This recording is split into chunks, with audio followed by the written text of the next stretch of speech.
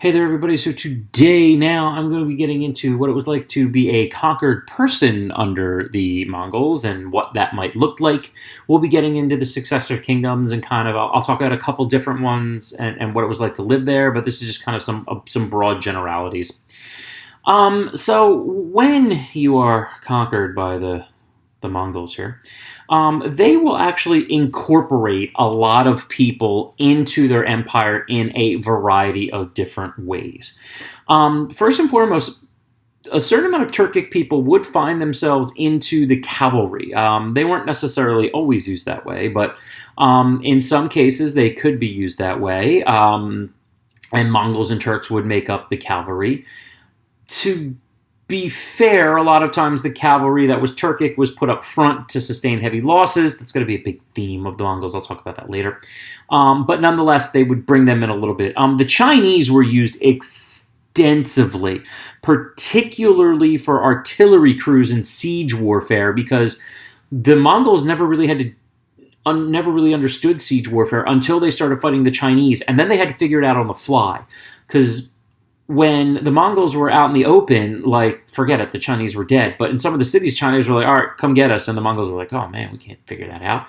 Now, eventually they figure it out because, yes, they'll conquer and almost kill everybody in China. But it took them a while, and they would start to use artillery, like with cannon and stuff like that, particularly in the modern-day area of Persia. When they took over the Khwarezm Empire, the Chinese artillery guys were crucial there. And of course, they will use people as in slave labor for roads, bridges, and to supply the army. Okay, and with this labor came, as I mentioned before, it was very common, the idea of, like, if you surrender to the Mongols, they won't kill you. Well, that wasn't necessarily always the case. They might not kill you right then, but then you would be the vanguard of the army attacking the next area. So a lot of times they would be used as like fodder, like, all right, you guys go out, try to kill some people, slow everything down. If you die, we don't care. And then, we'll come in.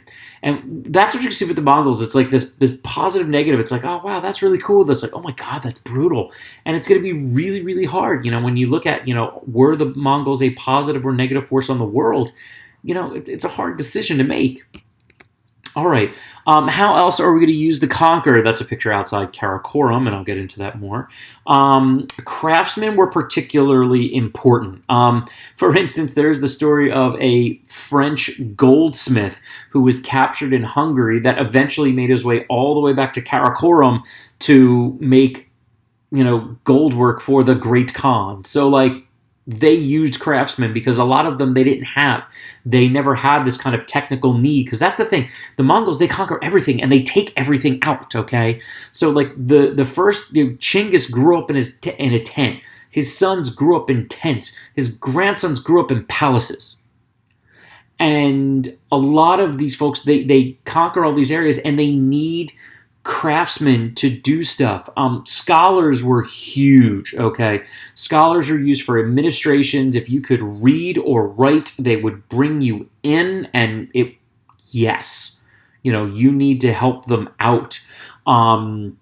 Scholars were advisors, they were healers, and in many cases, they were lower-level administrators. So the Mongols, the thing about the Mongols is that, yes, the leadership had to be from that tight-knit group descended from Chinggis.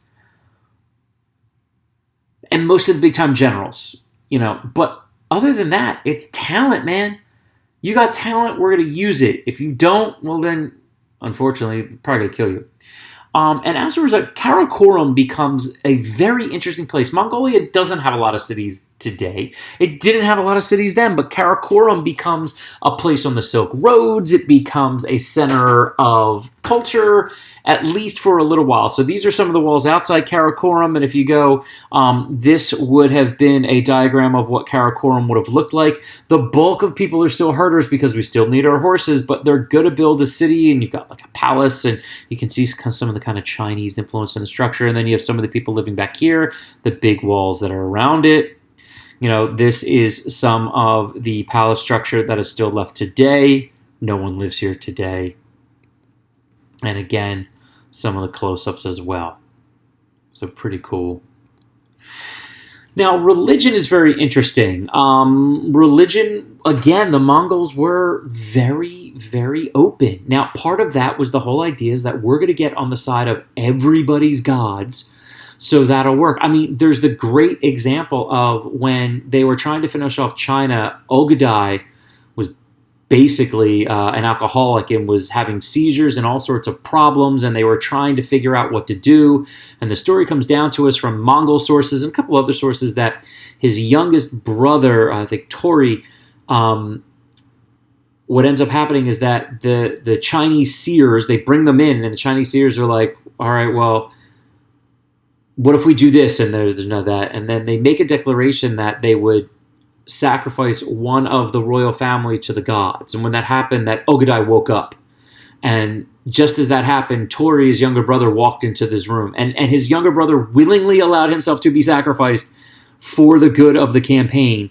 But it also shows that they're kind of willing to adopt any type of spirituality that they want.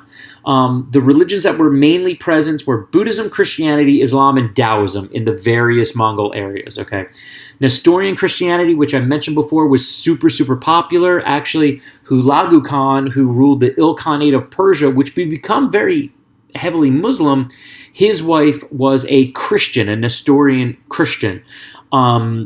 Chinggis actually tracked down Taoist monks, that's a cartoon of that, if you will, on the right there, to ask him on how to preserve and extend his life.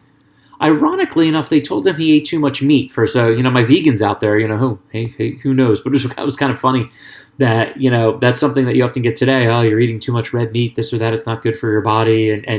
And that's something that the Taoists said. So very, very interesting. Chinggis didn't go with it, and he didn't have immortality. So that's just kind of a quick hit. Talk about some religion. Talk about the different things that were going on for those who were conquered.